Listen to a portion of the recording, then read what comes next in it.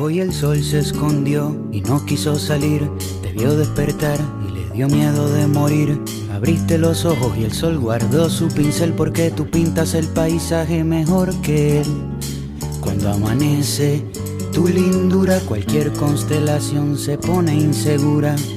Tu belleza huele a mañana y me da de comer durante toda la semana. Tus ojos hacen magia, son magos, los abriste y ahora se reflejan las montañas en los lagos. La única verdad absoluta es que cuando naciste tú a los árboles les nacieron frutas. Naranja dulce, siembra de querube, como el sol tenía miedo se escondió en una nube. Hoy el sol no hace falta, está en receso.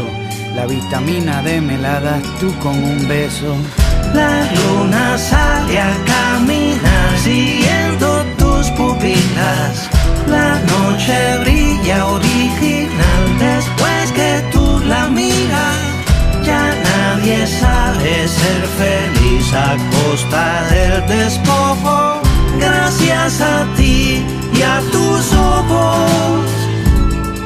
Eres un verso en reversa, un reverso. Despertaste y le diste vuelta a mi universo. Ahora se llega a la cima, bajando por la sierra. La tierra ya no gira, tú giras por la tierra. En la guerra se dan besos, ya no se pelean. Hoy las gallinas mugen y las vacas cacarean. Las lombrices y los peces pescan los anzuelos. Se vuela por el mar y se navega por el cielo. Crecen flores en la arena, cae lluvia en el desierto. Ahora los sueños son reales porque se sueña despierto. Y ese sueño es seguro y así se reproduce. Y la inocencia por fin no se esconde de las luces. La escasez de comida se vuelve deliciosa porque tenemos la barriga llena de mariposas. La galaxia revela su comarca escondida y en la tierra parece que comienza la vida.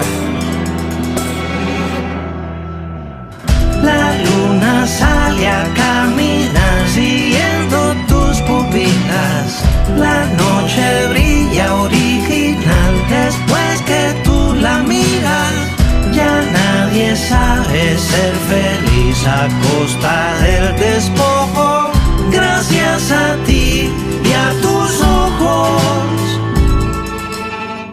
En la academia militar enseñan medicina y los banqueros ahora harán viviendas y comidas.